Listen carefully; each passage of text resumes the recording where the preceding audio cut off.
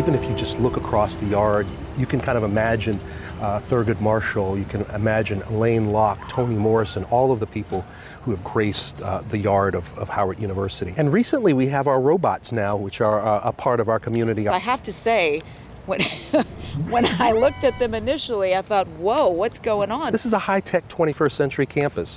This is part of what it means now to be a student. Part of what it means to be president here now is to embrace these changes, all while continuing to spearhead solutions to some of the most pressing challenges facing students and the broader community. There are so many things that are happening in our society, so many changes as they pertain to artificial intelligence. These are areas where we really need a voice, a special voice, the voice that Howard University can give, really talking about issues of social justice and equity in these emerging fields.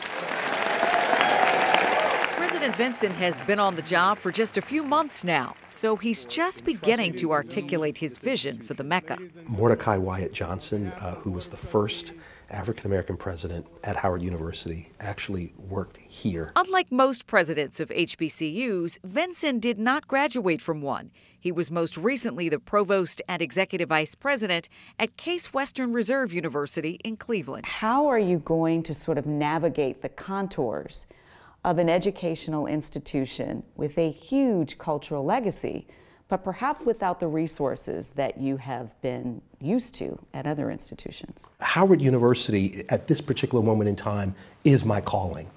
It is the place where I feel I need to be.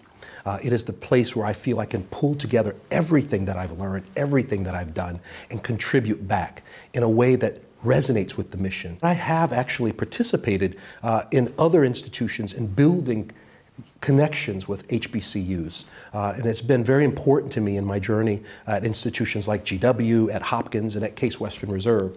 So I've always been in the HBCU conversation, although I have not been necessarily at an HBCU. Vinson led a strategic initiative called Think Big at Case Western. He hopes to bring that mindset of what he calls Howard at maximum strength to his tenure. Howard at maximum strength means making sure that we're taking care of all of us, that we're making sure that our staff, that our faculty, that our students are able to excel and be their best selves. That means that we must have the operations of this institution as sound as it can be. And as safe as it can be, too. This year, several institutions, including Howard, have dealt with violence on and around campus. Safety is a top priority at an urban institution, and it is one for Howard University. We're making sure that our partnership with the Metropolitan Police Department, for instance, is as strong as it can be.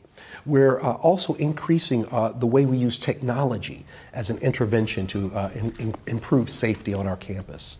That includes cameras, robots, and also our students have something called a peace of mind device.